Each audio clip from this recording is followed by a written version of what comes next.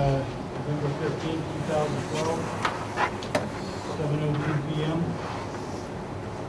If I could ask everyone to stand for the pledge, please.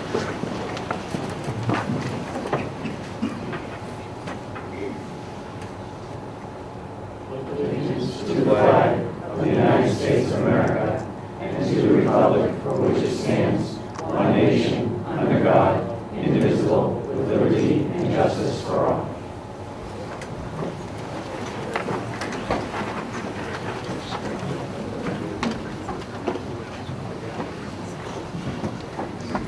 Is there proof of posting?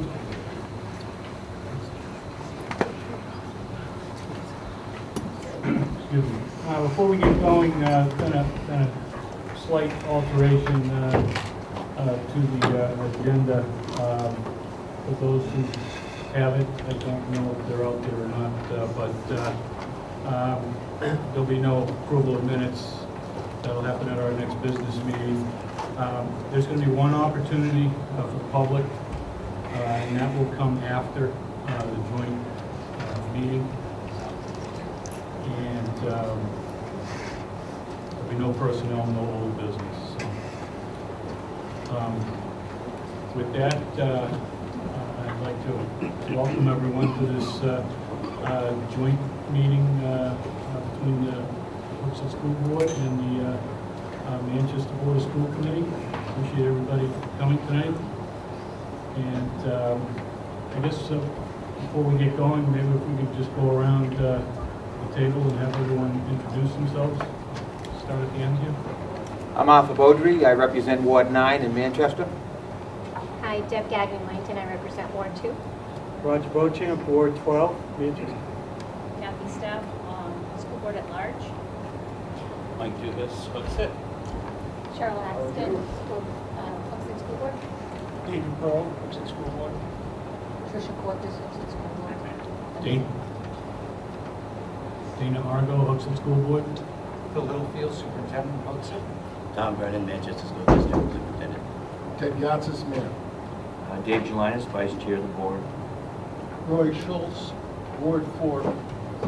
Sarah Ambrogi, I represent Ward 1 in Manchester. John Abard, I represent Ward 10, Manchester. Donna Susi, I represent Ward 6. Erica Connors, Ward 8. Ted Rokius, Ward 5. Chris Stewart, Ward 3. Thank you. At this time, just to get things kicked off, I just have a few comments, and we'll get to our discussion.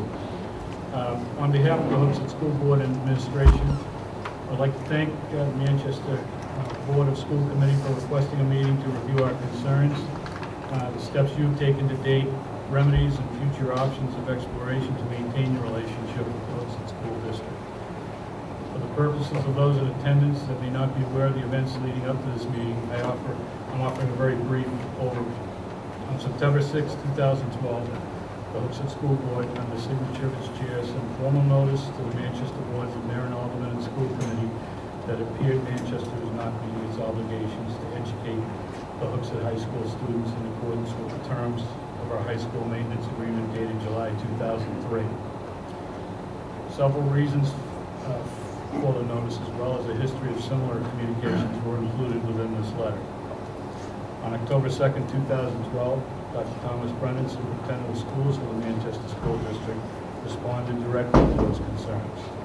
In that same letter, this meeting was suggested. At this time, I'd like to turn the meeting over to the Mayor and Board of School Committee so they can address the concerns from the Hooksett Board's September 6, 2012 letter, remedies, and future options to maintain the relationship with Hooksett School District. Mr. Mayor?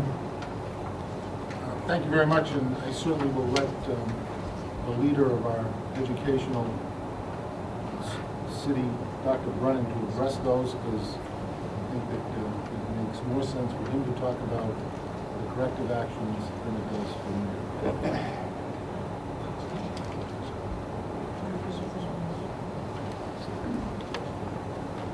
Good evening.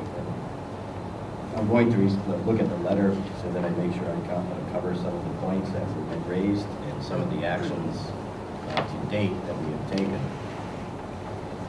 One of the concerns was the class size issue, typically in the mid to high 30s, in some classes as many as 44 students were enrolled.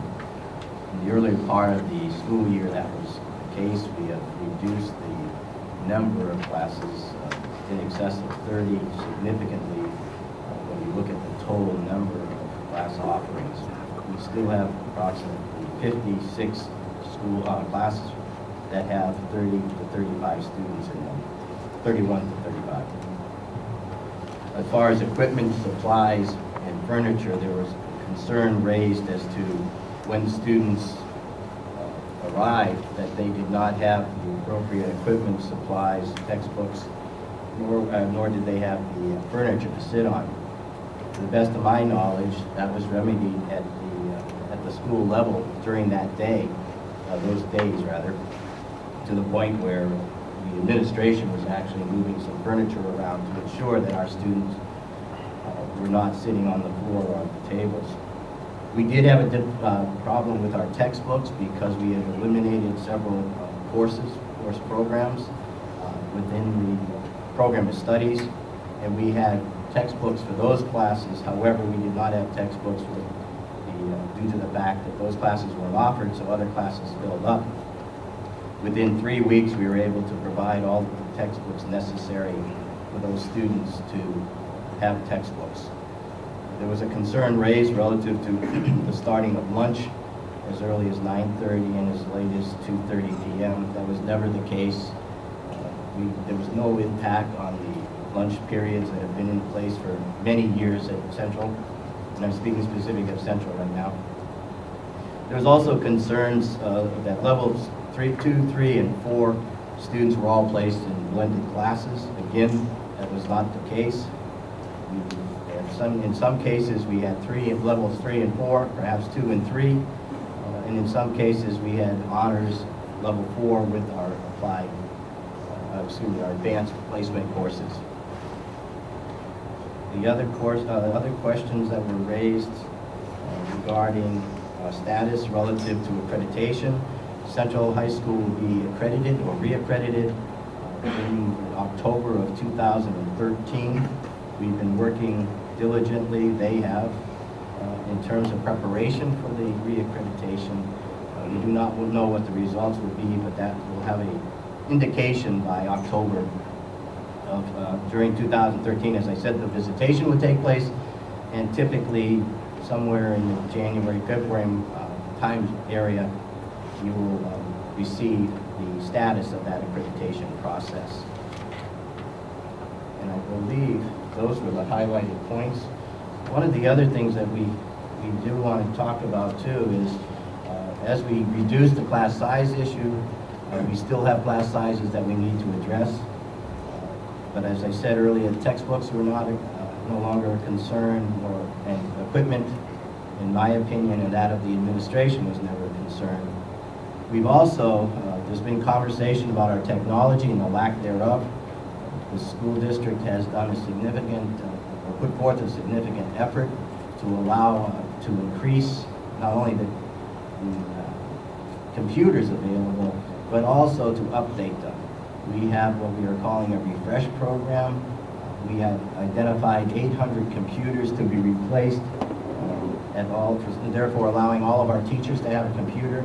We're 50% through that process. Central High School that has been accomplished at, as I said, Central. And those are the points that I'd like to share at this point. I don't know if there are other questions you may have, and I'd be happy to respond to them. So at this point, other questions, comments? David Pearl, just Mr. Bennington, just on your computer question. You're replacing the teacher computers. Is there any program to replace the student computers or lab computers? Our labs have been updated. We continue to push to increase that potential, or those computers that are in there. One of our major areas of focus will be on the infrastructure of our school district from a technology standpoint.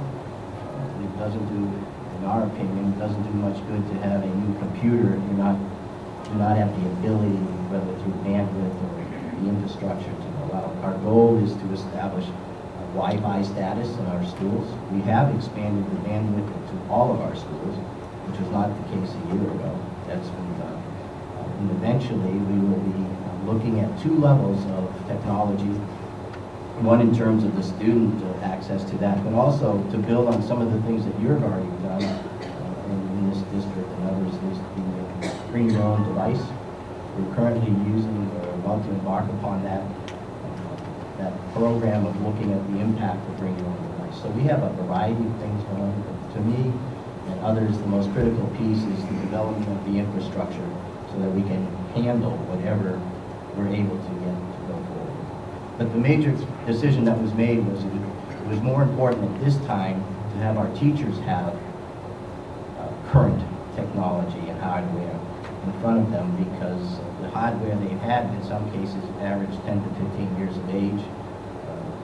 All the new software that was coming out was incompatible. But that's our goal. Yes, sir. I guess probably to Mayor Gatsis or to whoever. One of my concerns with the Manchester situation has been the funding mechanism.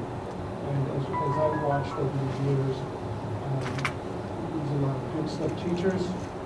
Many times, many of them are hired back. But it seems like a cycle that continues, and it seems as though this year that cycle is the worst that we've seen. I know there are years where there has been money, one-time money, to try to band-aid that. I guess what I'm asking is there any way, or is there anything in the future that may change the mechanism by which the school is funded to stabilize the funding, so that it doesn't go through these waves that we see? Thank you for the question. I think that our charter is very clear. The budget that the mayor must produce in the city of Manchester must take in consideration the tax cap. I cannot present a budget that's above the tax cap. Last year, and it must take into consideration revenues lost by a district. Last year, we lost about $2 million in the district because of the loss of Auburn students. So with that in hand, the budget that we presented was within the tax cap. And, the question of one-time money, I've been talking about it for 3 years.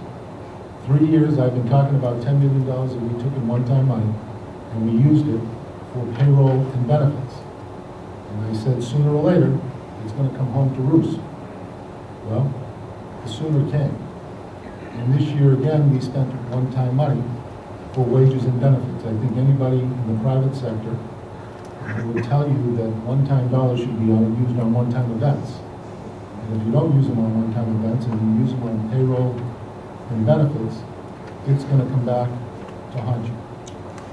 So I can tell you that under the guidelines of our charter, I don't have any choices. That budget is then passed on to the Alderman, and the Alderman at that point have the ability to either increase the tax cap or not.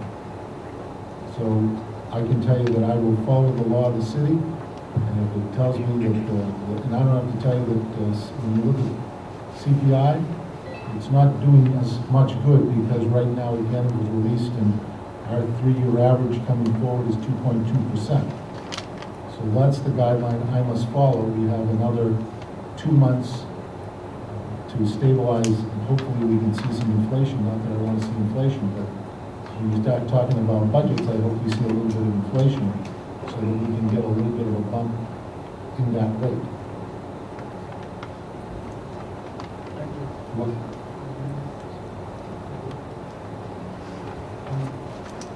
I made a comment in public about Manchester being a vendor to us, and I hope it wasn't misunderstood.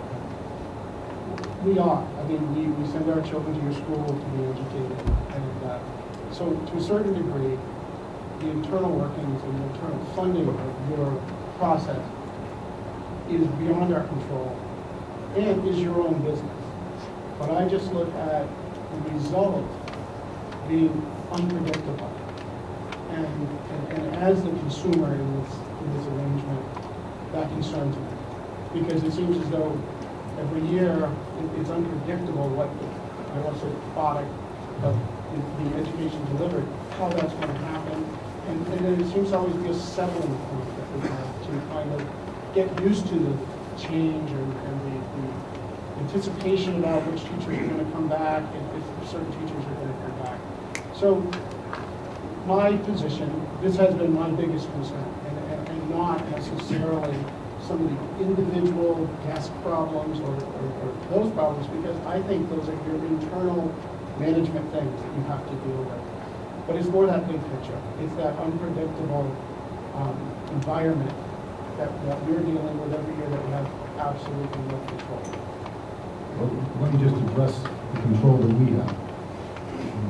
Probably 35 days ago, we got a letter from the state retirement, which increased our retirement cost on the school side by $2 million, and on the city side by another $2 million.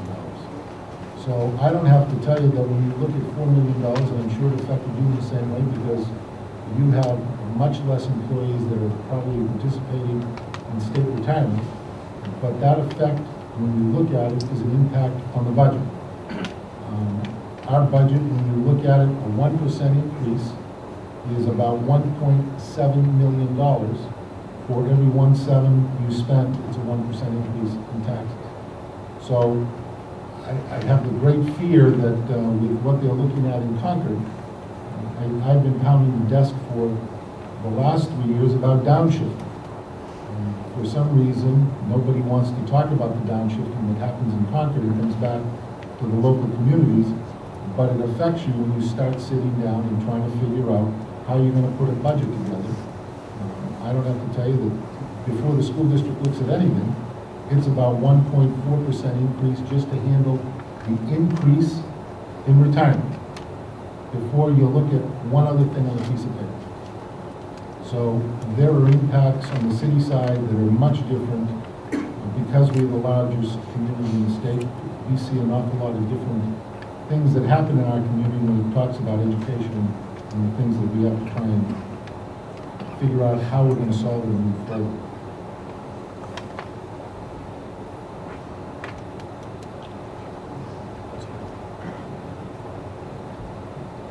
General area of frustration here in Hooksett is that the money we pay for our students goes to your general fund and not to your SAU.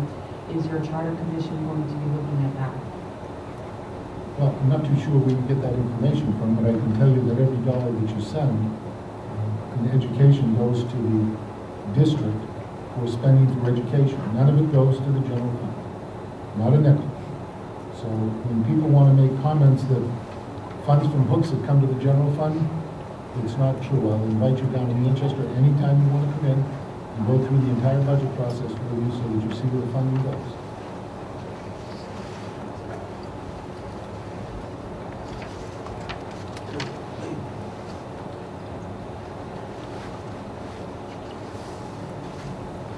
Well, I'd like to piggyback on Dave's comments. We're a year from now, November of 2013, I'm looking at the remedies that we talked about in the letter. What will make things better? I'll say more in line with our expectations in 2013. Dr. Brennan has a report that he put together that he presented to the Manchester School Board, I want to say 2 nights ago. And it's maximizing educational opportunities. And some of the things that we plan on implementing and bringing forward, one of them is, it's the work of Dr. Brennan, so let me let him speak on it. And why don't you pass out a copy? I don't have enough for everyone, but I do have. I think our board has.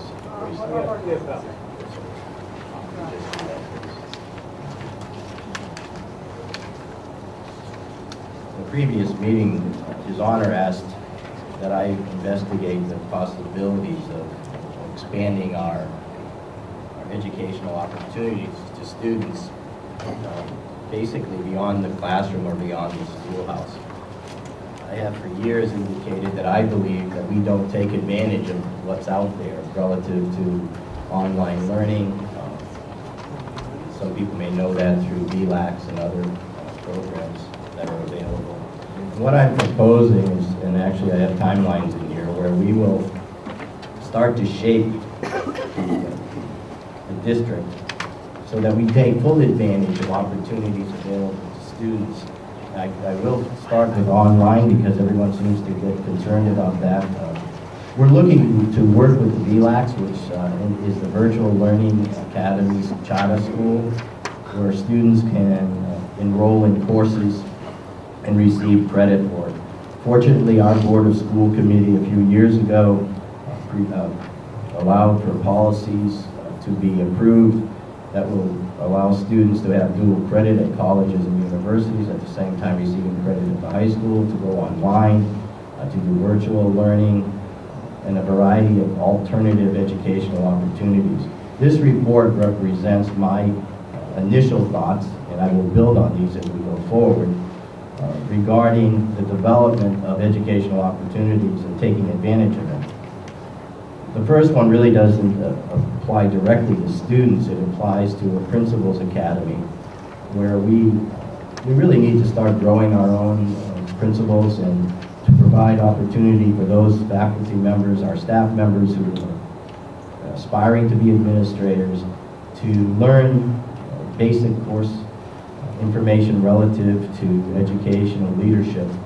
And working with the University of Southern New Hampshire University, a couple of other groups, we will be implementing a program in the summer of 2013 where we will work with our current assistant principals and invite other individuals who aspire to be administrators, and developing a cohort so that they would expand their opportunities. And I believe what would happen with that is that because they're coming within the school district, they would be cognizant of everything that goes on in the school district, and as the learning goes on, they can talk about specifics. So that's one area.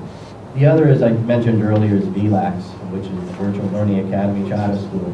Currently, we have over 522 students who live in Manchester, which includes 36 homeschoolers, who are enrolled in VLAX programs. And of that, 461 of our students are high school, 23 are middle school, and 2 are elementary. I think this is just scratching the surface of the ability for our students to earn credit outside of the classroom, as I said earlier, in the schoolhouse. One of the aspects that we have is that the VLAX program will be developing a blended learning lab working environment where they would have a lab established within the school, and we're looking to participate in this. We're looking to have 3 labs, blended learning labs, that would allow students to participate in VLAX or online learning. One of the concerns we have about online learning is that it's a very difficult process, and a lot of students, even though people think it's not the same level of expectation, it's actually more work. And one of the things that we've noted with VLAX is that students start the program and take a long time to finish or drop out of it. It takes a lot of hard work and persistence. One of the things our district should be doing is providing assistance to them throughout the school day in our schools. So we'll be looking, and I look to the mayor to secure some funding here so that we can establish 3 more labs, 1 at each of our schools, that will help facilitate this learning. We have a handbook that's in part of the report. By the way, this report is online. If you go on our website, you will find this on our website. And there's a completely different approach in that we won't have students simply trying to work through the program at home or wherever they can. It would be so that we can allow our students to take advantage of it during the school day. So that would be one. The other is the development of what I refer to in the plan is an intra-district learning environment. We have some of our higher level courses that, because of the low enrollment or undersubscribed enrollment that exists, we're not able to offer some of the courses. I met with the high school principals yesterday morning and asked them to identify the undersubscribed programs that we will, during the second semester, develop a remote classroom instruction process where we will be using a host classroom and project and have interaction in the other schools so that these students who may take, for instance, German 4, we have perhaps 12 students in the entire district who have signed up for German 4. And because of those numbers spread throughout the 3 schools, we really can't offer that, but we will through this process.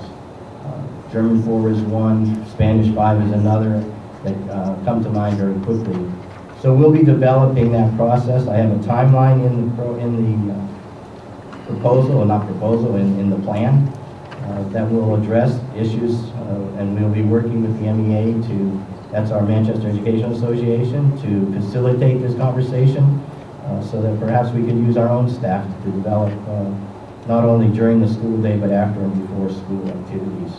Also in this proposal that you see, or plan you see, there is a detailed report on how this would be used, prepared by Jeff Belangi, our Director of the Technical Resource Center. We'll also be working with the University of New Hampshire, Manchester, to develop courses through their program. They have a new Dean of Education. He's very enthusiastic about creating opportunities for our high school students to earn not only high school credit, but university or college credit. We've identified 4 courses for the second semester that students would like, if they want to enroll, they could do so. We are preparing a survey to go out to our students. In this plan, you'll see the names of the courses. We will have the course descriptions. We'll be sending those to students. And we believe this is only the very beginning of addressing 2 things. One, that we meet the requirements set forth by the administrative rules, particularly in what is commonly referred to as the technology programs, or ICT, and we'll be expanding those. But we're going to start off with 4 courses in the second semester. We're also trying to determine whether or not we can do a multi-level approach to this, where we would have during school schedules, where students could look at their schedule, and if they have room in their schedule, that they would go to the university, to have programs after school or on Saturday. The cost to the district would be between $3,500 and $4,000 per course for staffing, and the university is still negotiating with the opportunity to reduce or eliminate a cost to the parents or the student. Even if there's a cost of $100 to $150, when you think of students earning credit, high school credit, in their senior or junior year, we think there's a real advantage for them to get those credits out of the way. We're aware of many students who have taken advantage of a program like this, and in some cases, they've actually eliminated the cost of 1 year of tuition because they've already taken and received credit. This is a university approach, and it's accepted throughout the system, university system. We'll also be working with the other institutions in the school, in the city proper, so that we can expand this attempt. The whole purpose of this is to find those opportunities that exist out there that students can take advantage of, and not have them always required that they be in a classroom, that they be following a specific schedule or time. We believe this, and I believe this personally, and I believe for the most part the board agrees, that this is a great step forward, but it's only the first step. So these options will stop, in my opinion, stop being caught up with the brick and mortar that's available in the classroom, but rather the learning that can go on within. And this is a structured plan. It has specific deadlines. It's not a theory. It is something that we will be implementing come second semester, and also as we go forward in the future. So again, that was a somewhat brief overview. If you have any questions, please, I know you just received it, but at any point you have more questions about this, I'd be happy to respond to you. So I guess the reason for the response is the fact that if you just take a look at the typical traditional high school, we would still be struggling with some of these numbers. We believe that through this process that our students will not only receive higher levels of education through our own staffing and university staffing, but they'll increase their accessibility and plan for their future. So that's basically, I wanted to share that with you.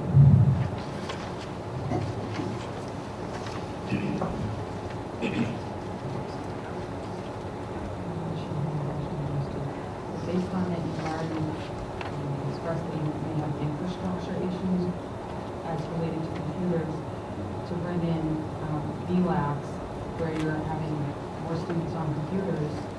How do you manage that? The reason we're bringing VLAX in is because we're going to address the current population of students who are already working on their own computers or in other areas. We just want to provide them with some guidance services during the day. We'll have, as I said, we increase the bandwidth within our schools to allow that to happen. When we talk about infrastructure, it's when we go online or roll it out when everyone has their bring your own device and you have a multitude of devices available. That's what I'm talking about, the infrastructure. Currently, we have the infrastructure to support both of the programs that we've talked about in this plan. One for the blended learning lab and the other for the remote classroom instruction. We have the capacity to do that. As you look at your infrastructure issues, are you also looking at how the Smarter Balance test will affect your infrastructure when all of your juniors need to have access to a computer in approximately the same amount of time, or in a short period of time in a given day? Yes, I think Manchester School District isn't the only school district that's concerned about how this is going to be accomplished with the Smarter Balance. For those of you who are unfamiliar with the Smarter Balance, I'm sure many of you recognize the term NECAP. That's going in 2015 to a electronic assessment, and all districts will be required to have the capacity to allow all students, as just pointed out, to be able to take that assessment electronically. And many school districts who have high schools are scrambling to figure out the best way. As we go forward with the development of our technology plan, we are considering the impact of that. You're welcome. I applaud your plan, Dr. Brennan. I think that as the future comes, we need to work our way into it. I think this is a cost-effective approach to do that. I'd like to get to a question I think is on everybody's mind here, and I think you folks indicated some interest in speaking about it tonight, and that is the idea of transferring the Hooksett students that are currently going to Central over to West. And there's been a lot of talk and a lot of rumors about it. So I'd just like to give you the opportunity to address that so that we can all see what the reality of that is. Let me just start by saying 3 years ago, we had a committee put together, Hooksett school board members and Manchester school board members. The discussions started at that time. Dr. Littlefield and Dr. Brown were part of those discussions. And that was the first time that people came in and started talking about whether we were having a problem with our contract because we weren't notifying the sending districts of when the committee meetings were being held, because they have a seat there so that they could come in and spend the time to hear where we're going. So we went down a road of looking at, I think, correct me if I'm wrong, Dr. Littlefield, because I think you probably can remember better than I. There were 3 options or 4 options that we had on the table. And I think the only member of your board that was there was the chairman of the committee. And we talked about various options. An option of sending Central students to West, of turning around and but leasing you West High School, and we would tuition in. We would be your high school, you would set the parameters, you would set the curriculum, and we would tuition into West High School. The other option, I think that was the one that you brought up, and I don't know the particulars of it, but if you'd like to speak on the third one. Mayor, my memory is not as good as yours. Despite my youthful appearance, it's disappeared with age. If I remember correctly, and I don't have it with me, I think during a series of meetings that we had between the SAU communities, which was Auburn, Canby, and Hudson, and I think we were meeting with the coordination committee of the Manchester Board of School Committee. We had an opportunity to share a lot of things and mutual concerns. And ultimately, that group asked Dr. Brennan and myself to think out of the box and come up with some alternatives. And we did. And let's see, I think there were 6. West, as a charter school, was one of the alternatives. The West, oh, and I'm not going to get the terminology correct.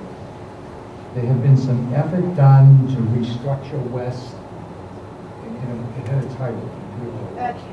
Academies. Yep, the Academy was another one. We came up with an option of, excuse me, looking at the city schools as 4 high schools, with each one of the schools having a theme, magnet school concept. That's 4.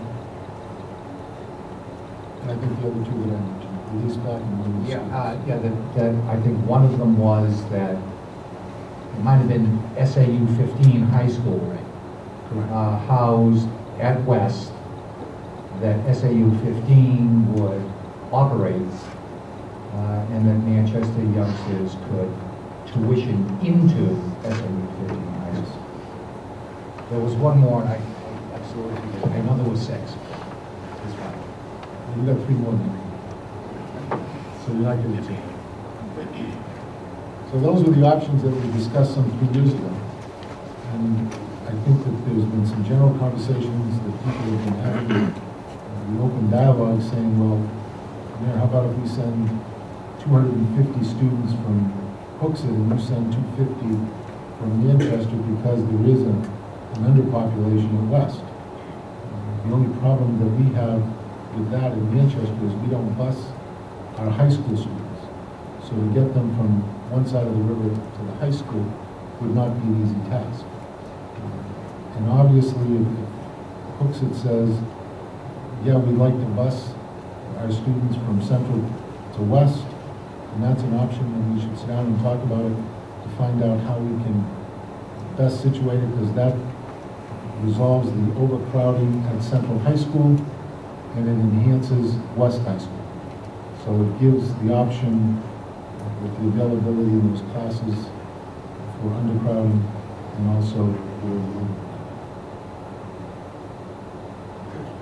The concern that I've heard is, and correct me if I'm wrong, but the capital cost that we currently pay and that we agreed to pay primarily went for the retrofit of Central High School to increase its capacity and bring it up to speed. Well, I wish I would tell you that it brought into the central pot, but it went into the entire part of the $105 million renovation cost to pay back the capital costs. So it was not directed directly to Central High School. It was directed into the $105 million renovation cost. But there weren't the type of renovations made at West that were made at Central. Yes, we are substantial.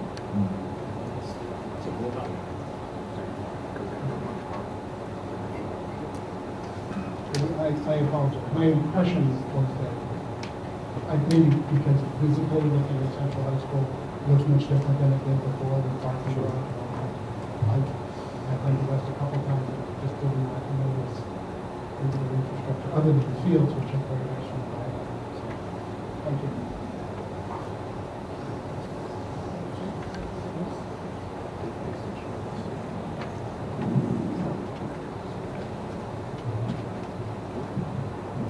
If I could, again, on the options,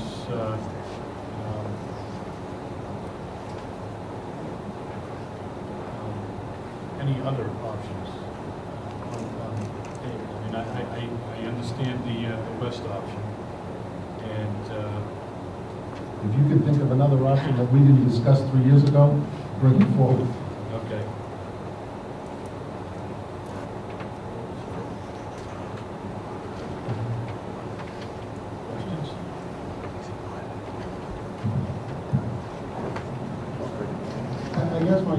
question still about West is that I understand that, you know, the imbalance in the schools. But I guess from our perspective, what, and I don't want to make it sound the wrong way, but what do we have to gain if we were to displace our children from Central and move them to West? Because there's a lot of Central pride, folks that shares that as well. And when we bring this subject up at our meetings, it's one of the most adamant things that we hear from parents. They don't want to see that happen.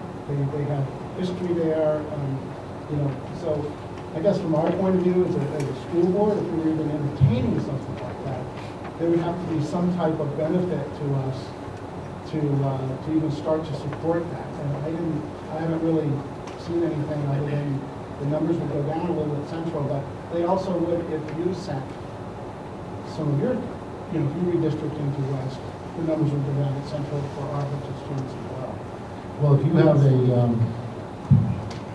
I guess that's why we're all here, to have a conversation about that. So I can only tell you that you understand that the tuition cost is going to Central, I mean, we're tuition into the city. We've suggested that West is an opportunity. I can only tell you then, let's talk about the things that you may want to gain if you did move your students from Central to West. I can't give you those options. Those are options that you would have to have a discussion with us about to see if we would move forward and see if we could agree. I don't disagree with it. Well, I guess my position would be it's not our idea. So we would look to you. I mean, if it's a plan that you have, part of that plan, I think, would be what you would be willing to offer to us. It isn't a plan that started from this side of the table at all. I can tell you that it was a joint discussion 3 years ago. So as much as you want to think it was a plan that came from this side of the table, it was a board that was I think 4 members or 5 members on that board. I can't remember, Mr. Chair. 4. So there were 4 members from the Hooksett School Board, there were members from Tangier and Auburn. So it was not just a solo discussion that just appeared in the last 2 months because of the problem we had. That discussion was openly discussed, and again, it was on the table 3 years ago, looking for the same answers. What are the conditions that somebody would want to participate? I think Dr. Brennan has something to add. Thank you, Ron. If I may. One of the aspects of the lease piece, not so much just relocating students from Central to West, but if your district took it on as a lease agreement, you would have complete control of what happened within that building. And we would, as a district, tuition our students so that we can deal with the capacity issue around the building. So if you want to look at it just in terms of what would happen, one scenario, and I think this is where the 5-6 numbers come up, is when you look at West, simply relocating students from Hooksett to West. That's one piece. Everything stays the same. The other piece is if you were to take over the building, lease the building, so you would not have any costs related to building your own high school, then you would then have control of what went on within those 4 walls. And again, the roles would be reversed because we would be sending students to your high school. And I think that's the subtle, significant difference between the two. So in one case, the control remains with Manchester. In the other case, it remains or goes to Hudson. Yeah, and I am familiar with some of those plans that we talked about, but none of those took place. So as we sit here today, all that we've heard is, you know, what about this idea of taking some of the kids from Central and putting them to West? Not, and West would be a magnet school, or West would be an academy or anything. From my point of view, I haven't heard anything about those plans since that time. So that's what I'm saying. So from our point of view, or my point of view, there's nothing appealing about the process because nothing has happened to West to make it appealing to us to want to be part of and give up our presence at Central. If some of these plans were in the works or had come to fruition, I think that would be different. But to my understanding, nothing really ever came.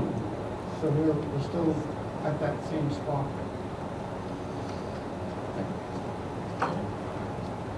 I don't think we're at the same spot because of what I just described. I don't think we had that conversation about the leasing piece, which I believe is more in depth than we talked about before.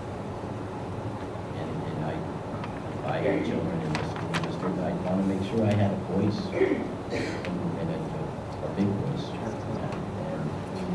So that's what I'm suggesting. The difference is the fact that the lease may be a point where you, as a school district, can control the education, control the other aspects of that facility, that institution. I think, is the real difference. And I'm speaking as superintendent, the board, we've changed, you've changed. I think that's where it ended, but when you think of viability, that might be the most viable, because everything else is linked to what happens in Manchester. It separates things. Well, I thank you for explaining that, and I think as a board, we'll need to discuss it. Right. I have my own opinion, but I don't really want to express it, because we haven't had that discussion. It was really just reacting to more of a simple idea. Thank you very much. Thank you. Well, I just want to thank Manchester for asking for this meeting, coming here, and I think that you need to understand that we are checking all of our options as our duty, I think it says. And ultimately, it's decided by our constituents and citizens that puts it as to what we do, but we need to. I hear a lot of rumors going on back and forth and everything, and I think I just want you to know that we are looking into all of our options, for what's best for our Hooksett students and our Hooksett taxpayers.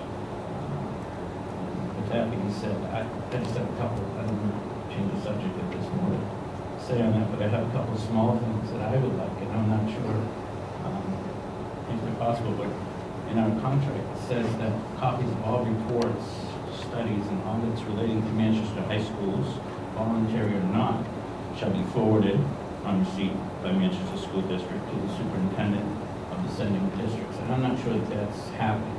And I was wondering if we can get an electronic copy of the reports of the things that come to the Manchester School District, and maybe even the agenda of the Board of School Committee meetings, so that we can see that ahead of time, and maybe we can, just an electronic copy. I know it's large documents that we're talking about, but for an electronic copy. Actually, one of the things that came out of our previous meetings was to ensure that you did receive agendas.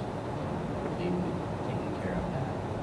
Maybe wrong if we're not providing that we agree to. And as far as any report, you have, I don't know what reports you have, and I don't know what reports we have. I don't have any. And no topic, any topic. I don't get any reports from Manchester, anything that goes to your school board. Would you want the minutes? If it's a report, I mean, I'm trying to determine what you mean by a report. We can send all the reports that we, as a district, you as a district, provide to DOE. So if you're talking about those reports, or if you're talking about the report, let's use this as an example. This would be something you'd want to see. if that's put online through your school board, I'd like to see a copy, just so we know what's going on. Sure. We have that, and any kind of study that is given, distributed to your school board, things like that. Sure. I think that could be arranged very simply. Board and school committee, school district is looking to have other reports such as the audit and the superintendent search.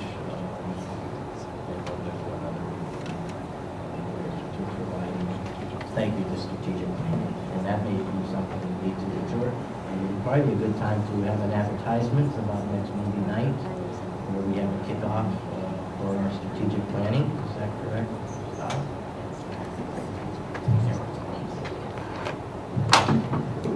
On Monday night at 6:30 at Memorial High School, we will be kicking off our strategic planning process with a community dialogue.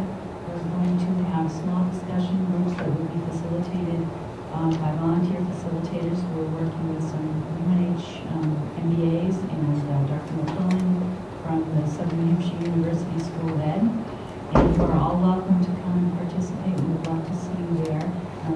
6:30 at Memorial High School. Thank you. Sure, I think one of the things that I mentioned earlier, and Superintendent Littlefield just mentioned, is our accreditation reports. We can send you past ones, we can send you, I believe we have our self-study completed, and we can send you all of those. And we can scan them and send those to you. Everything that we have regarding our high schools. Do you want all three or just Central? Well, our contract says all three, so I think maybe we should have all three. We'll do that. But, please, if I may, just very quickly, I just would like to clear the air about something too. I don't want to, I'm glad that we're meeting, and I hope that we develop some steps to make it better for education for everyone involved. But at the Board of School Committee meeting just a couple of days ago, one board member, committee member, Maybar, said that he believes there are board members who ran on a platform to change the rules so that it did not comply with the contract in Manchester. And I just, since I'm one of the new members, I thought he was talking about me.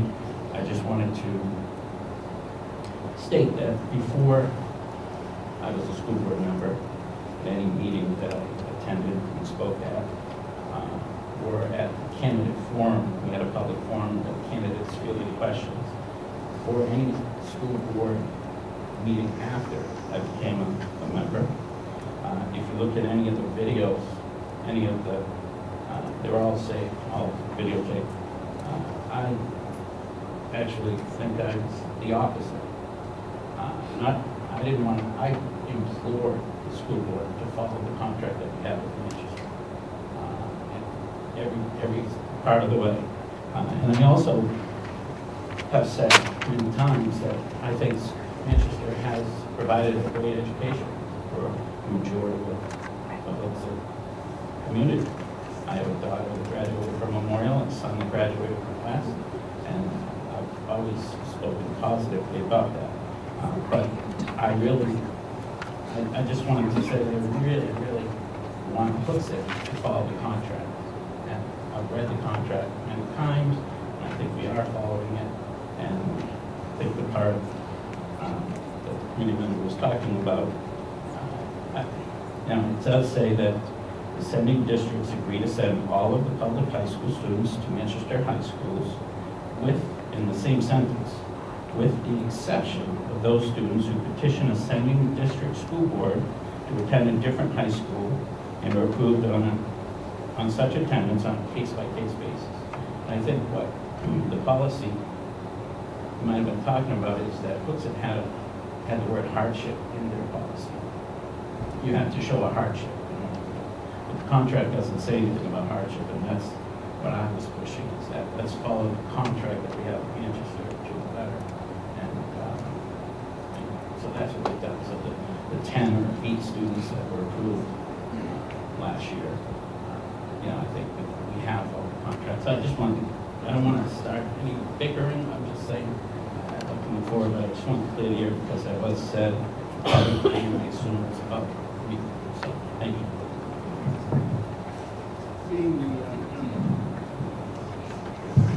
Being the other school board member that ran last year, I would agree with Mike totally. And to say, did I run on that platform? Not by itself. I didn't run on a platform to not follow the contract, but to follow the contract. And there had been a lot of talk about what that meant. And I think it's very clear. And I think that if the other party in our contract thinks that it's not, that we should get together and have that discussion. Because I've read it over and over. And to me, as I vote to approve a student to go to a school other than Manchester, I feel no guilt or any remorse that we're doing anything to violate our contract. So if that's a discussion that we need to have, I think we should have it and not have like an idea out there that it's happening if it's not.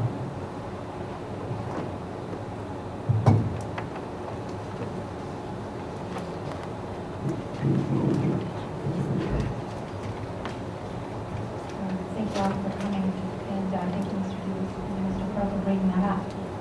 I'd like to just follow up with that. I would like to hear how your interpretation is of that portion of the contract.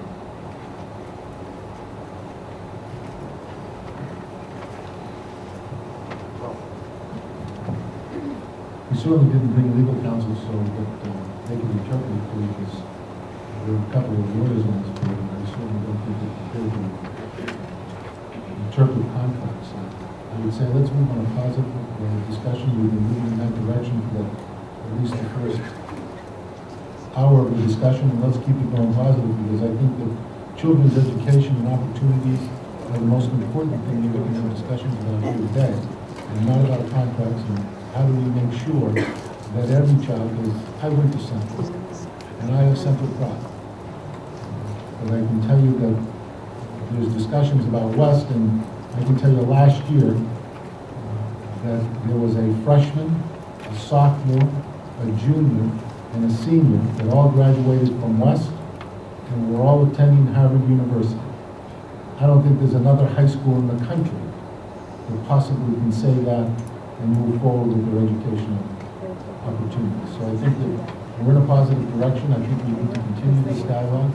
I think that certainly I see parents out there that want to probably come up and voice their opinion, and I certainly don't have a problem listening, because I think that children's education is the most important discussion we can have, and certainly I've seen that in the 3 years that I've been there, and the change of this board, the direction that we're moving in is in a much different direction than what it has been in the past.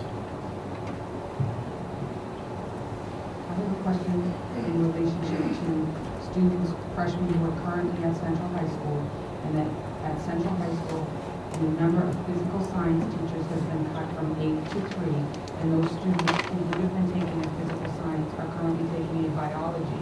Is there a plan set in motion that when these students are ready to take their kneecap exams in the 11th grade, that the physical science portion of the kneecap exam will be addressed, because they are not taking a physical science class now, so they're not getting the information that they need to be proficient or proficient with the station in the physical science area of their 11th grade science kneecaps.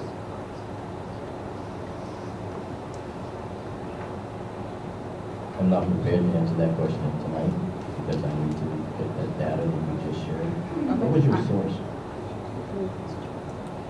My source was a group of parents that are called HELP here in Hoofsett, and it stands for High School Education Lifts People. And I can have this question forwarded to you. That'd be terrific. Thank you.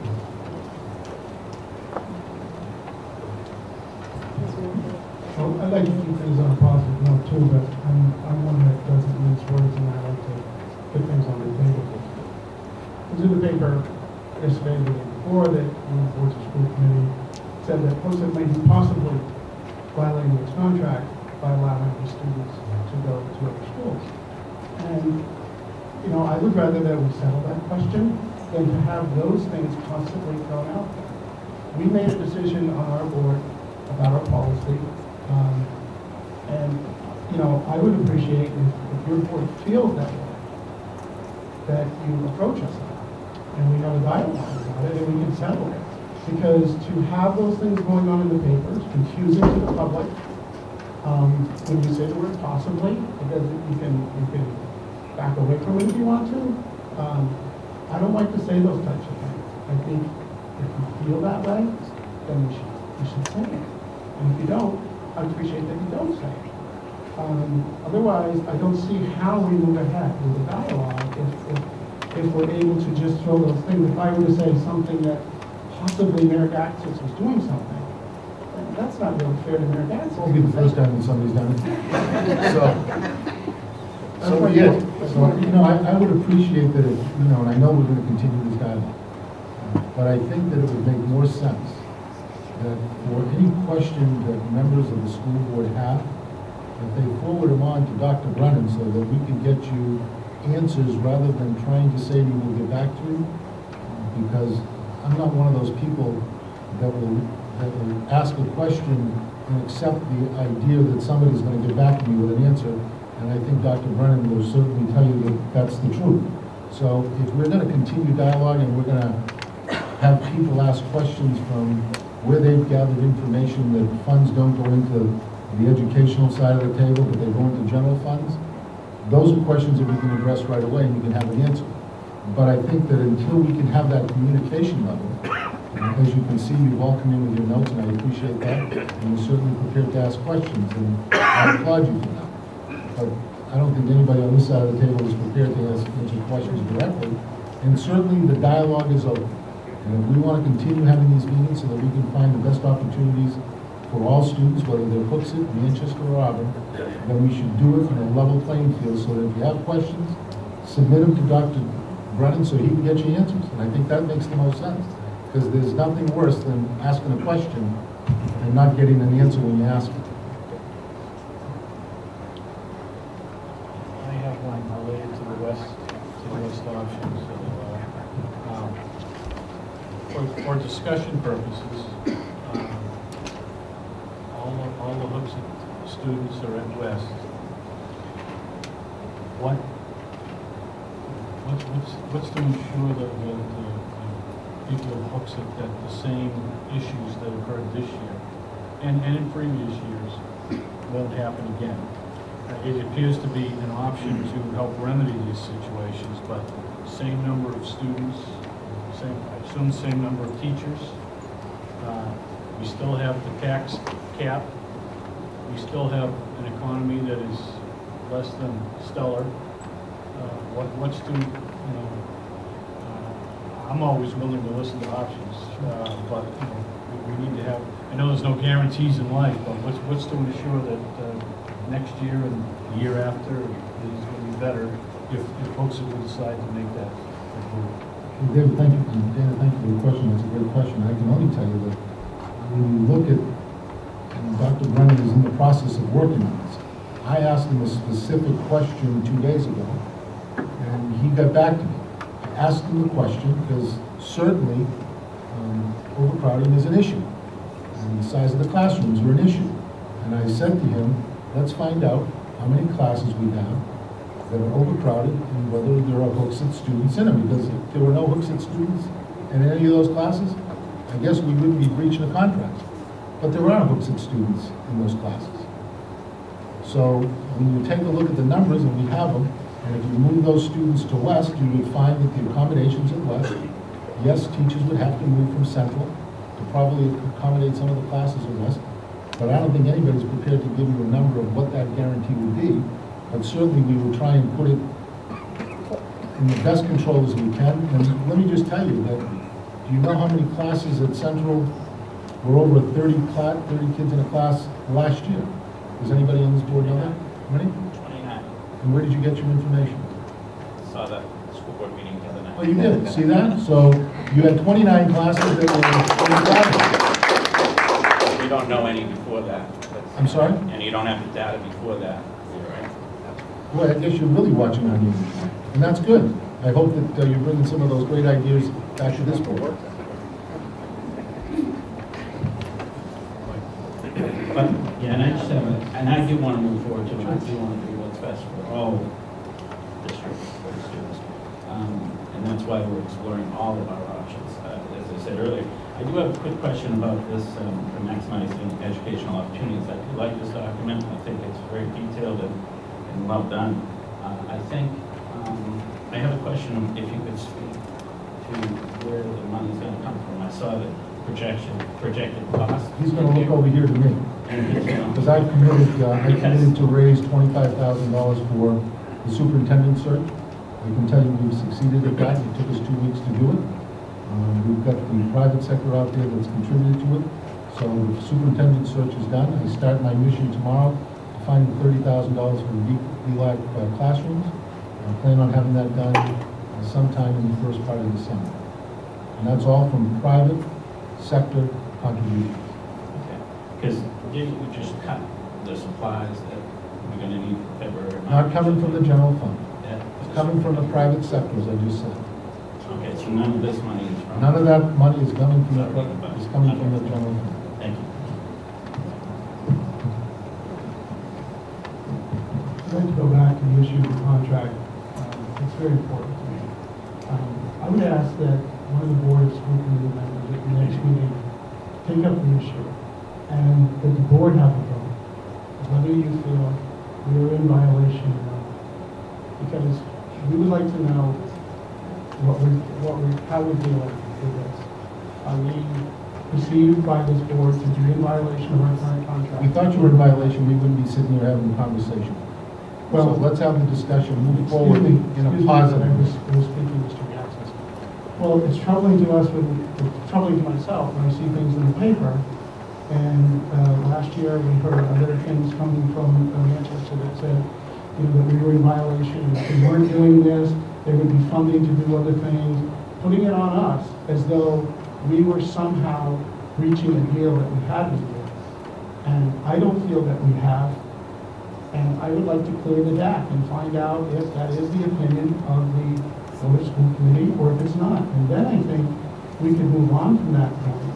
And if someone said something in the paper, we would know it was not the opinion of the Board of School Committee. It was just simply one person talking. So that's what I would like to see as a book at school board.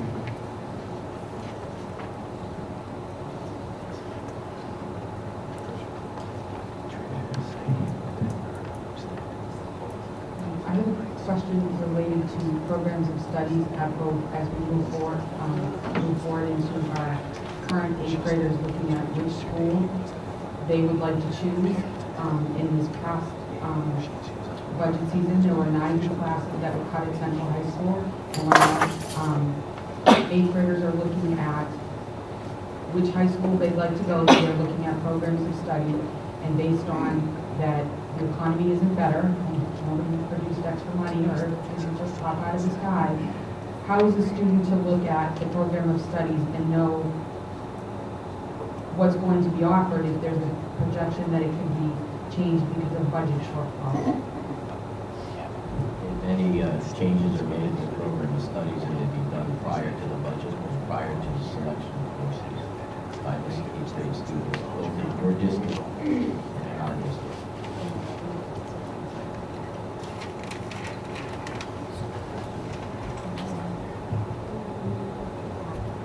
Questions, comments? From anyone? No? Okay. At this time, I just wanted to say that no matter what comes of this, I think that it is possible that solutions are reached that could be beneficial for both folks in Manchester, and I hope that that happens. I think it is possible, and I think whatever the road that we each take, I think that we hope that comes true. Thank you. One thing that I'm shocked that you didn't see on some of the meetings that we've had is that the biggest accomplishment in the city of Manchester in this last year is opening the School of Technology to a full-year, 4-year school. That's probably been the biggest ray of light in the city in an awful long time when you talk about education. However, people want to talk, I guess, the not so good things get more publicity in the paper than the real good things. And Dr. Brown, why don't you tell everybody so that they understand what the School of Technology accomplished and what awards are they looking at? Well, in terms of, I'll back up a little bit, the state of New Hampshire was identified by the chief state superintendents and commissioners as the most innovative state in the country.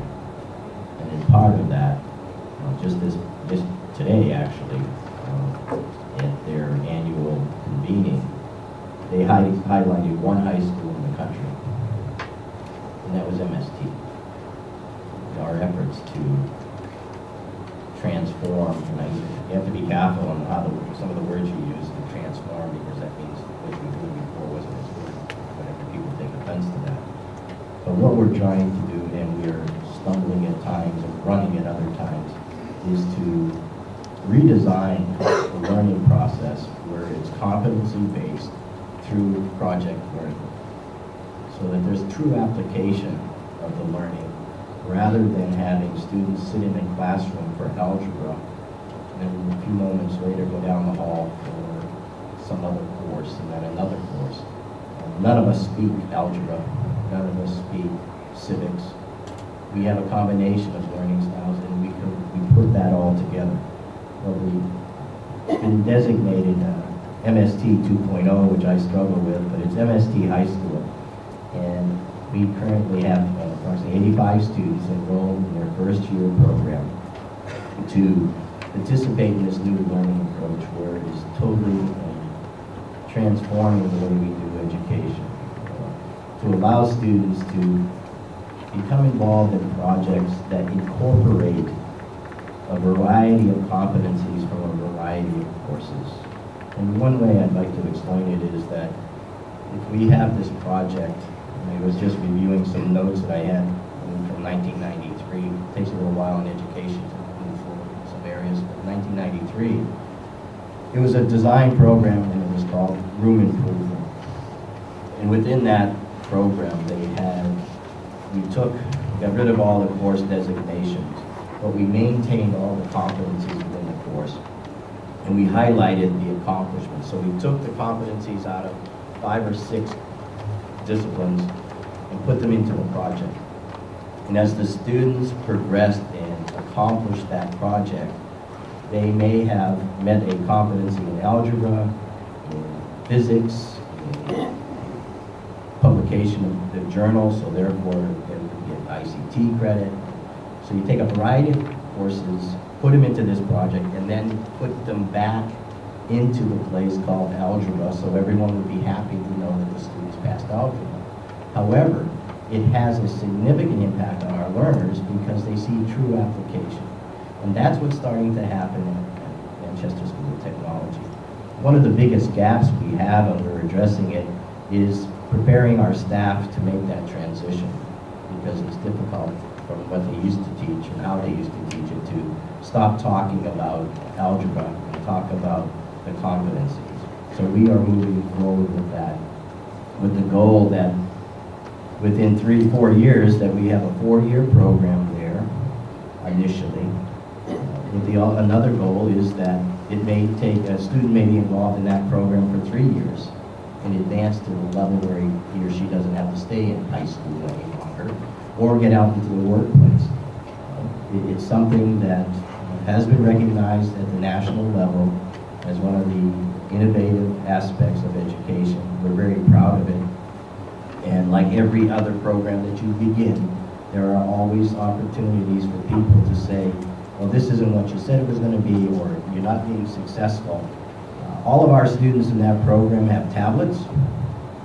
And I'll tell you a quick thing that we learned about it very quickly.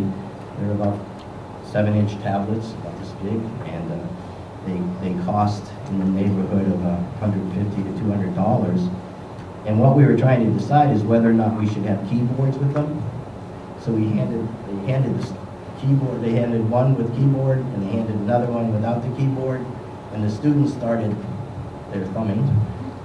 And next thing you know, we decided that we don't need keyboards. So that was a real practical thing, but it was a very significant thing because we're not spending money on something we don't need.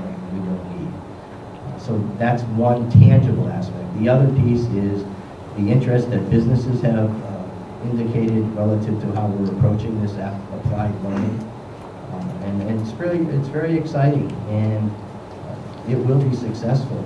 And you will see that this approach will make a difference in the lives of students, not all students. And I want to make sure we're clear on this. Because sometimes when you start talking about a project like MST, everyone assumes that everyone in the school district will be doing that. That's not the case. Only those students that would benefit from that. We would maintain the other courses that we currently have, advanced placement and others. It's not going to be all or none.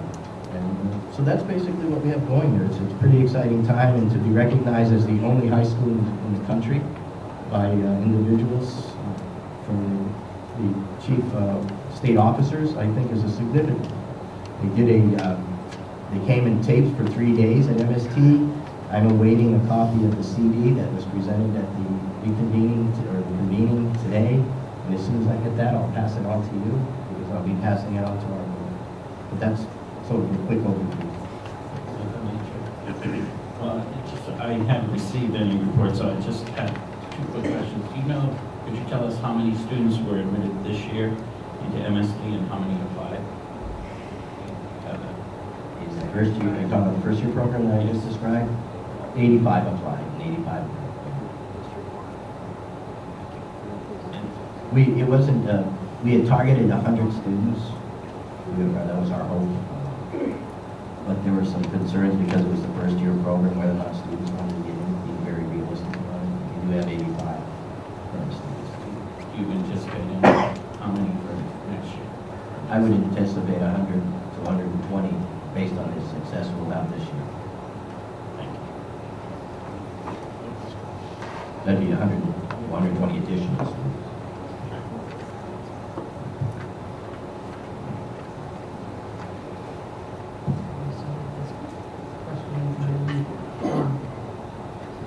Are Hooksett students eligible to apply to go to MST, and how is that communicated to those incoming freshmen that is an option for them? I believe we sent out information. We actually had a planning committee that had representatives from the sending schools, all of them. There's Blue, Hooksett, as well as Londonderry, Bedford. Students have applied, and we've accepted no student was rejected. There is no specific criteria because I believe that this educational approach can work at any level with every student depending on their motivation, how they work in with the notion of application of learning. So and I could get you those exact numbers, but I don't know for sure how many.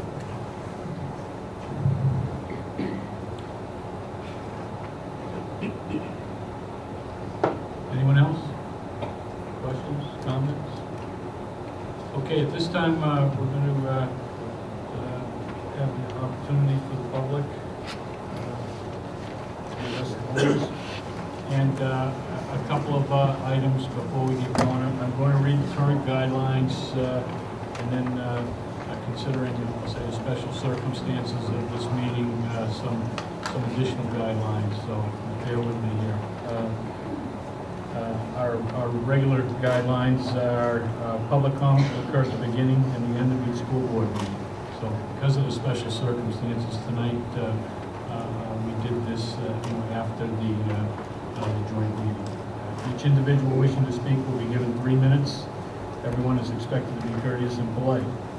Questions for the school board will be taken under advisement and will be addressed as soon as possible in a manner deemed appropriate by the board.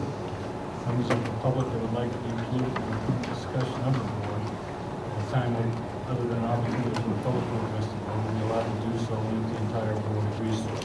That item is not relevant for this evening.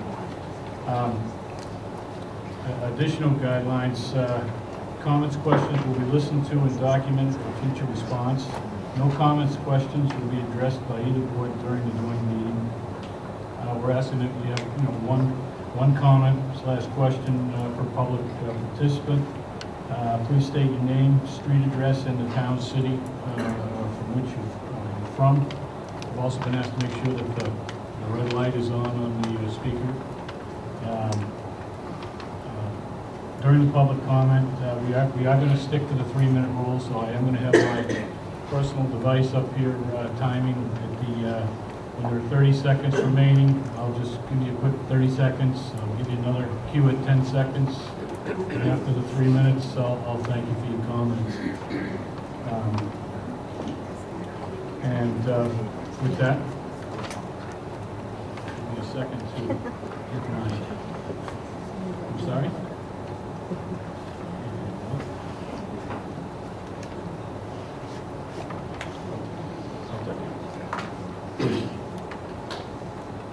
Chairman Argo, I respectfully request a little additional time, 3 minutes. The only reason is to address something that was made by one of your board members. Well, I haven't started the clock, but I'll ask you to stick to the 3 minutes, please. I don't know how many people are going to want to comment this evening, so I'll ask you to please stay to the 3 minutes. Ready? My name is John Liskarts. I live at 142 Hackett Hill Road in Hooksett. I grew up on the west side of Manchester at 103 Lockwood Ave, near Mass Road. I'm a proud member and founder of HELP, which stands for Higher Education List People, which is a Facebook group only 3 weeks old, with already 400 members and climbing, comprised of concerned parents and taxpayers. The following comments, however, are my own personal comments and do not attempt to represent any collective thoughts from the health group. Welcome to Hooksett Mayor Gatsas, respected members of the Manchester School Board and Committee, Superintendent Brennan, Superintendent Littlefield, and our own respected members of the Hooksett School Board. Like all of you, we all have something in common. We care about the children in our area.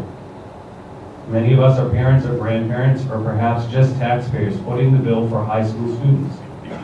What I'm hopeful is that we can all come together and communicate our ideas, find common ground moving forward, always keeping in mind what is best for the children. Not just Manchester children or Hooksett children, but the children. Hooksett and Manchester have a long history together, with many of our residents starting out as Manchester residents. Hooksett has a long tradition of sending high school students to Manchester, with Central being the oldest school in Manchester, starting off as Manchester High School and changing its name to Manchester High School Central in 1922, when Manchester West High School opened. Before you, Mayor Gatsas, including but not limited to Mayor Stanton, Mayor Dupuy, Mayor Bolio, Mayor Shaw, Mayor Wazorek, Mayor Baines, and Mayor Ginta, have had tough decisions to make along the way, but all of them have always respected the relationship between family and friends of Manchester and Hooksett students. Hooksett residents are not only senders of children to the Manchester schools. We have family who live in Manchester. We watch Monarchs hockey games, Fisher Cats baseball games, get our backs fixed at Dr. Avard's chiropractic clinic, eat at Joe Kelly's Lavasser's restaurant, pay for parking, sleep in Manchester hotels, volunteer our time with Manchester charities such as the New Horizons Soup Kitchen, participating in Stephen Singer's Memorial Blood Drive for the American Red Cross, and Bobby Stevens' Fight to Educate, not to mention volunteering at Central and West High School, supporting all of the children from Manchester, Hooksett, Candia, and Auburn. Our children have sweat and blood. I'm sorry? 30 seconds. Our children have sweat and bled on the athletic fields of Manchester and surrounding high schools, shoulder to shoulder with Manchester children, providing camaraderie with its sports programs. Our children are the band members next to your children, are the parents selling hot dogs at the latest fundraiser, and yes, Mayor Gatsas, I was the president of the Manchester West Booster Club for 2 years when nobody else wanted to step up and take the job, which at that time was a failing organization. I did it, ladies and gentlemen, for the kids, not Hooksett kids, not Manchester kids, but the kids. Excuse me. I have a little more to say. It's important that you hear the rest, because I have a plan to help you get where you want to go. Next, public comment, please.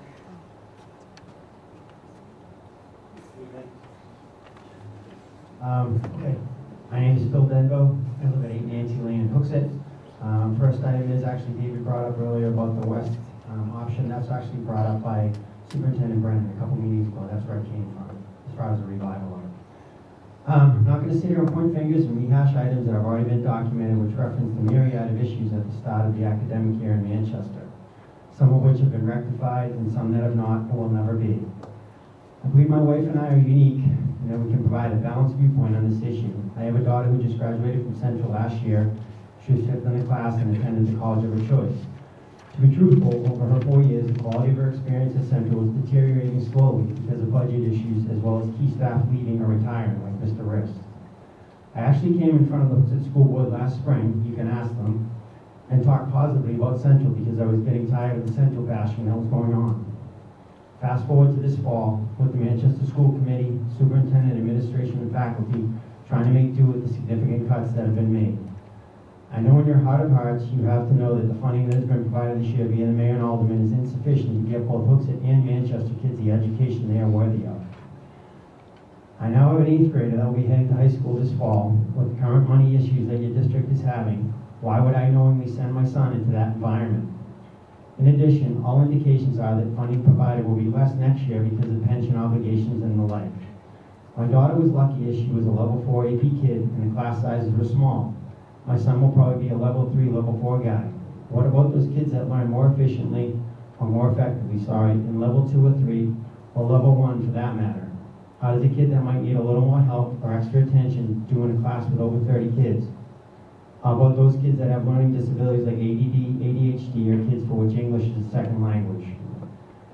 Do you have a plan that will address any of the money issues, or are we worse off next year and the year after? I'm trying my best to be positive, but I just don't see it. If you as a board had a vendor that was having significant difficulties providing a service, made them aware of it, and were told that there were no resources to fix that problem, and the situation would be more dire in the future, how would you respond? I would say it was time to part ways amicably and fairly. Obviously, offhanded negative comments by Mayor Gatsas about Dr. Littlefield and using our kids as leverage in contract negotiations with teachers and losing, as well as misdirected comments about the ability to hire more teachers from Mr. Beaudry and the union leader yesterday are not constructive. No need to jump ugly out of the box here. The kids in Hooksett as well as Manchester are the aggrieved parties in this debacle. I'm hoping folks can play nice in the sandbox, act like adults, and do the right thing. Let's call it a day. That will allow you folks to do the right thing for Manchester and us for Hooksett. Thank you for your time, and as Spike Lee would say, it's time to do the right thing.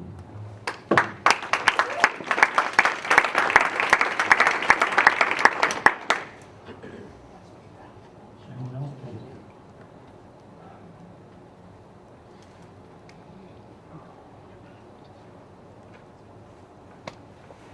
I want to thank everyone for coming tonight.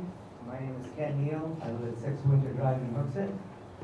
I'm not here tonight to talk about the current situation with respect to Hooksett's contract with the Manchester School District, but instead I'm here to look ahead to next year.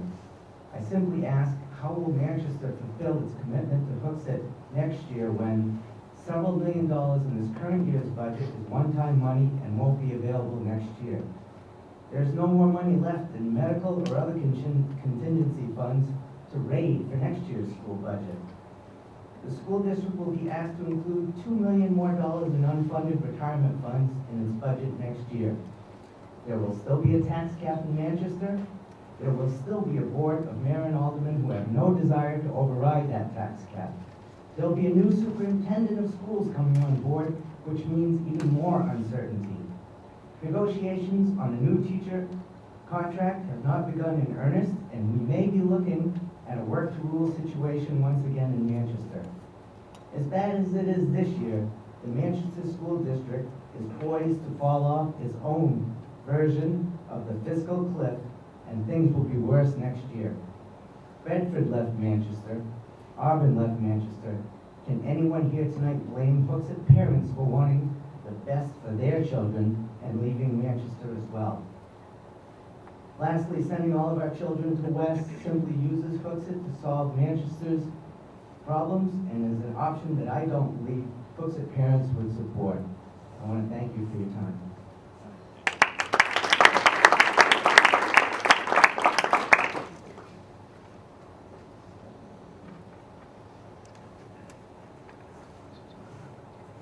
Dave Levesque, 29 Moore Road, Hooksett. I didn't write a speech because I thought coming from the heart meant more. Not that they prepared a speech that was not from the heart. I stand before you. I have a son who graduated MST last year. Very proud of him. He needed that. He wouldn't have lasted, I don't think, in high school. So I do think Manchester has done some wonderful things. I have twin daughters at West that I honestly feel this board is failing my daughters. I put pressure on my own board. They have 3 lunch periods in their senior year of school. They have fought 3 years to be a senior. The 3.7 GPA, they'll be fine. As an educator, putting 150 kids in the cafeteria is not education. You ask us to put faith in that plan that you passed out. I've been a member of this community for 12 years. I'm a rookie. There are people behind me that have been trying to do this, to get Manchester to allow us to sit at the table. You talk to us about, let's get together and meet. You don't even so much as pull out a chair. We have no voice. My kids are done in Manchester. Amen. I'm done with Manchester. It's no benefit to me. But as a parent, my daughters are being failed. And if we say there's no child left behind, and I know that's going by the wayside, I really think you guys are missing people here. So you asked us to put faith in the plan that's being proposed, or the thing you spoke to today. That's great. I've been doing it for 12 years, waiting for it. I went to my kids' open house at West. I went to their computer classroom. They have machines that are 12 years old. I teach computers. They're running operating systems that are 8 to 10 years old. There's no way they can even handle VLAC on those computers. So you ask us as a community to put faith in your plan and your proposal. I'm sorry. I've only been here 12 years. People behind me doing this a lot longer than me. We waited long enough. Chairman of the school board, I wish you all the luck. I hope you guys can do better for Hooksett kids and not fail the students like they have my daughter's senior year.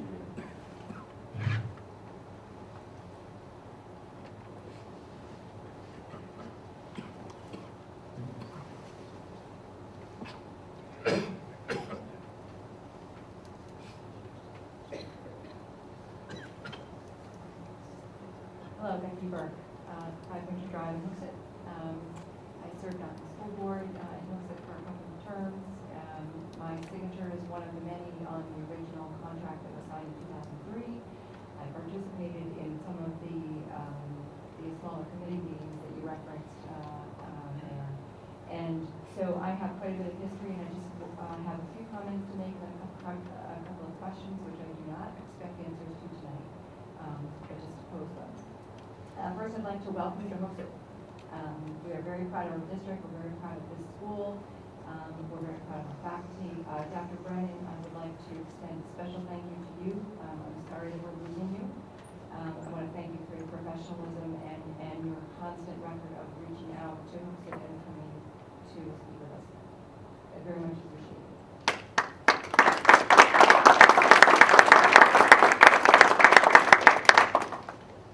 On the issue that Mr. Pearl raised, I noticed, Mayor, that you turned and referred that to Dr. Brennan. My understanding is that generally procedural questions around the operation of the schools would go to Dr. Brennan. It's perfectly appropriate for the board to ask another board a question on policy. So I think that should rest with the board, and I support Mr. Pearl in that request. The option of Hooksett leasing West and running it as a school for our own district was not one of the options that was raised initially in that smaller group. I find that an intriguing option. Hooksett voice is important. We've moved well beyond the time when we're simply looking for a seat on the school board, well beyond that. So I think that there are some good possibilities there. Some questions. If it were truly our school to run, would it be our budget? Or would it be your budget? If it's truly our school to run, would it be our staff or would it be your staff? If it's truly our school to run, what happens when the structural problems in Manchester continue? Does Manchester raise the lease rates on Hooksett in order to fulfill its budget shortfall? Just the questions to be thinking about. And finally, in terms of moving forward, I think there are a lot of good ideas on the table. I would reiterate some of the comments that trust and respect are critical elements here. And I would just ask the Manchester board to consider what you will do, not just what you will say, but what you will do to establish a true partnership between Manchester and Hooksett.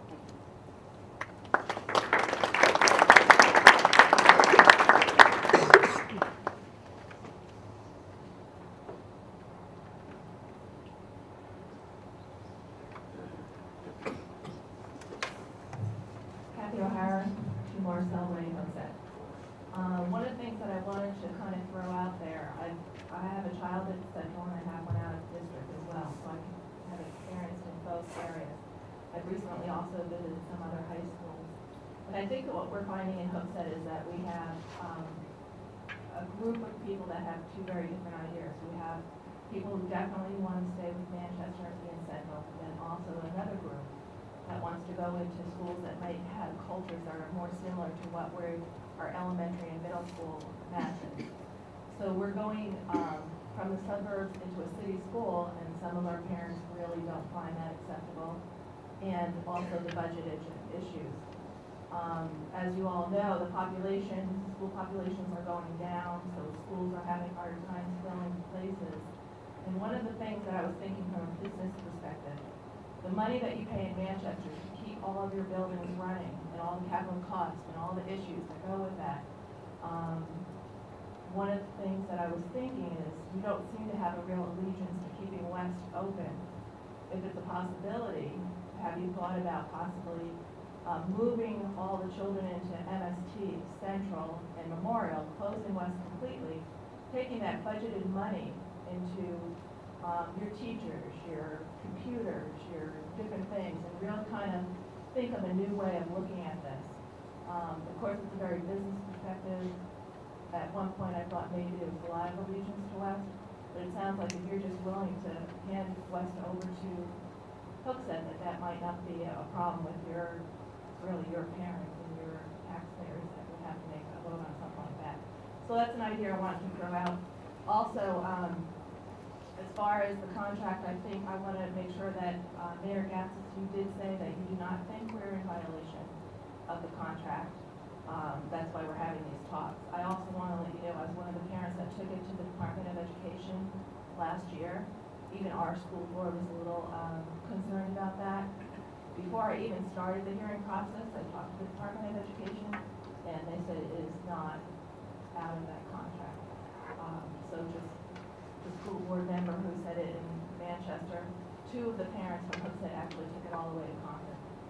So thank you very much for your time, and I'm glad that you were here tonight.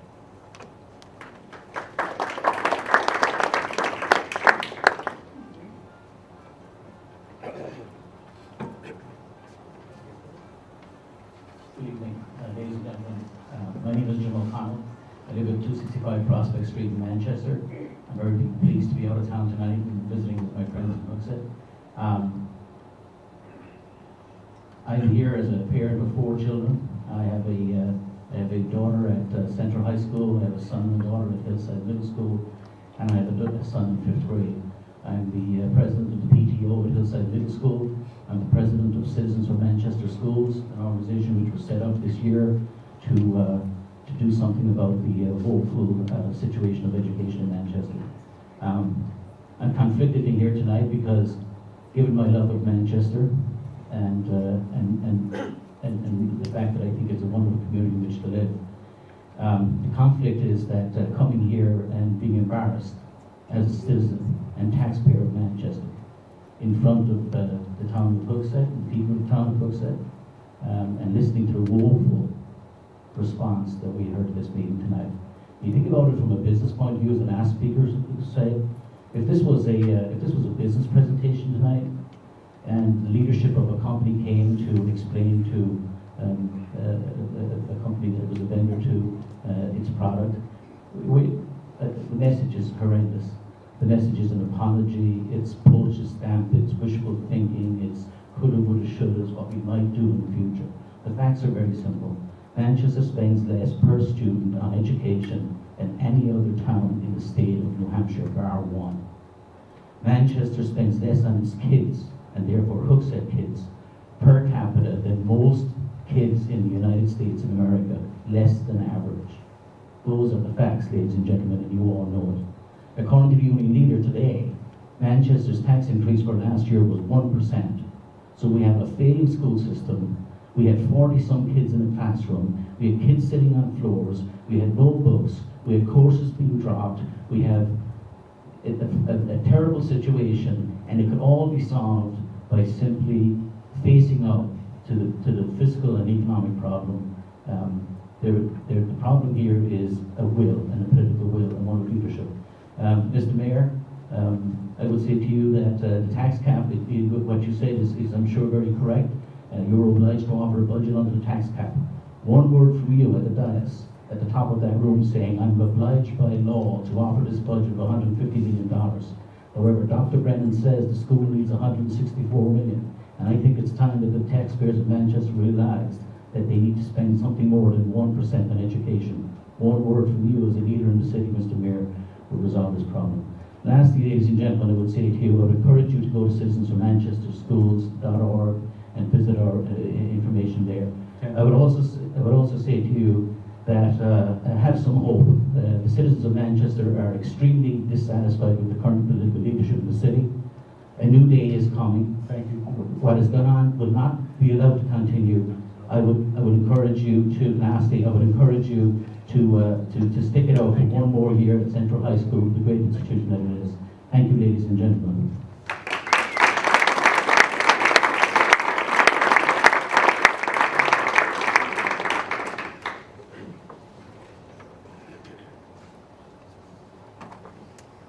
Mayor, Superintendent, I am a citizen of Manchester.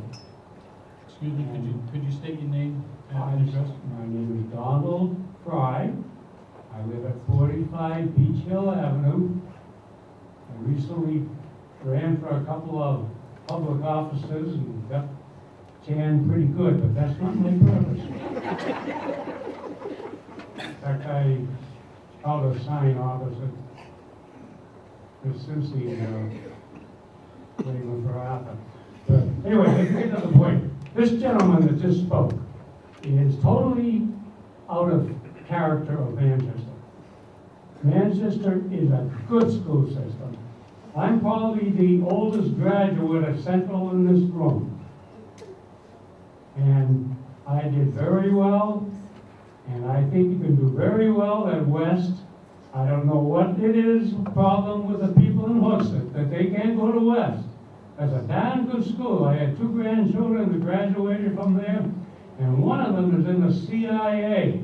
So and speaking to principal or the mayor saying that you had a freshman, a sophomore, and a junior, and a senior all going to an Ivy League college, doesn't convince me that Manchester isn't a good place to live, a good place to get educated and find work. And in all due respect to this gentleman, I think if he feels that badly that taxes should be increased, then there's nothing holding him back from sending a check to the city. Thank you.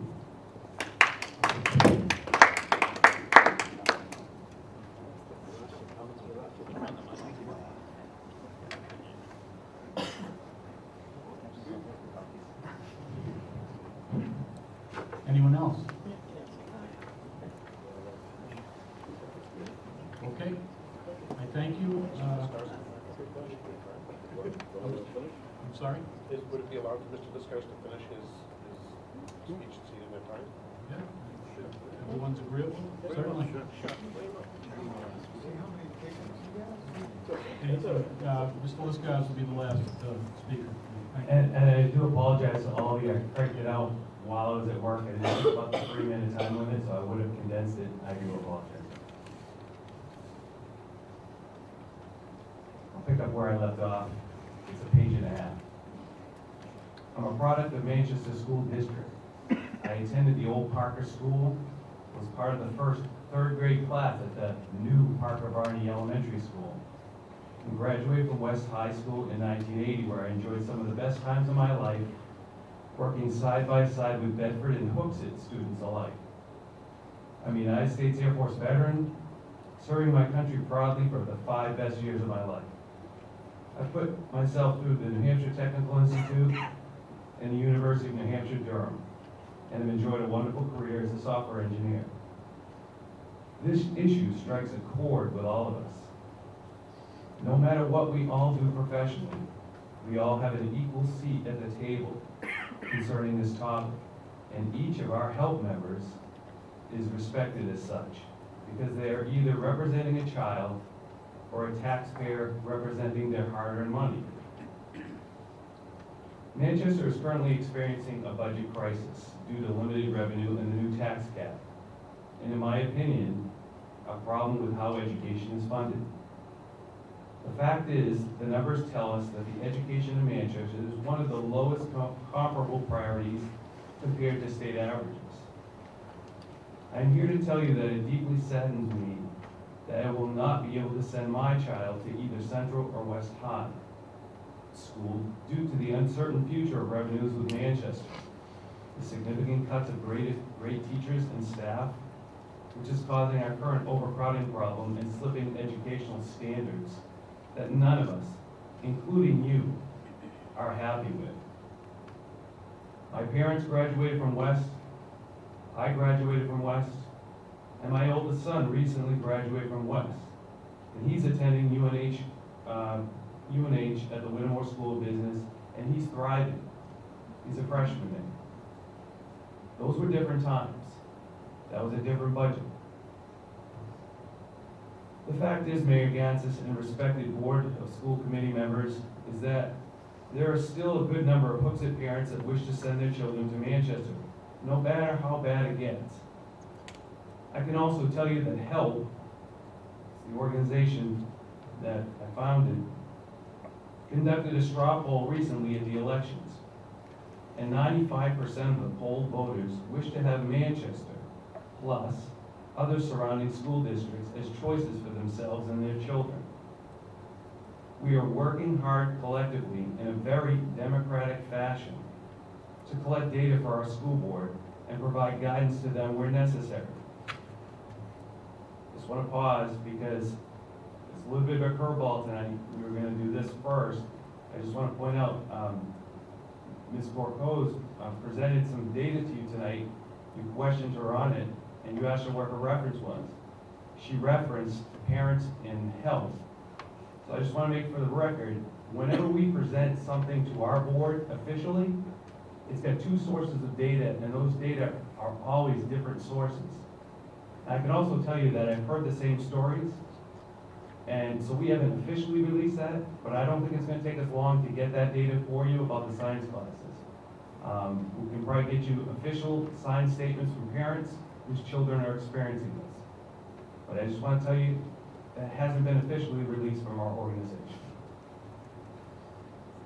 I am personally hopeful that you, Mayor Gansas, do not discount the history that Manchester and Hooksett have together. One solution for you would be to end the current contract with Hooksett and have no Hooksett students attend Manchester. That may be good for you politically in the short term because you would save a lot of money by closing down one of your high schools, leaving Central, Memorial, and Manchester School of Technology, for an example. In the long run, you would create more hostility between Hooksett and Manchester, and I would even suggest that you might cause Hooksett residents and supporters to boycott events in your city simply as a method of protest, and current family residents to move out of Manchester. I commend you, Board of School Committee member John Avard and Alderman Patrick Arnold for reaching out to parents in Manchester. This is the right direction to head. Work with the parents to help solve problems, not against them. Let them be part of the solution in our democracy. The option I would like you all to consider is this.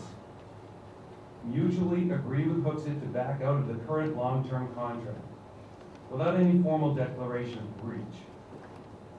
This act alone will save us all time and money. Enter a short-term contract that allows more flexibility to Hooksett and Manchester. Continue to allow children and parents to choose between both Central and West. However, with your new principal at the helm of West, Keith Puglisi, a man I truly admire and have the utmost respect for, allow him to show Hooksett parents why they should consider attending West if they are continuing to send their children to Manchester schools. Let Mr. Puglisi shed some light on what makes West a great school and will be an even greater school with him at the helm. Forcing them to go to West should be a last resort. Because you must admit, Mr. Mayor, in a democracy like America, nobody likes to be forced to do anything against their own free will. I predict that once Hooksett hears Mr. Puglisi's message loud and clear,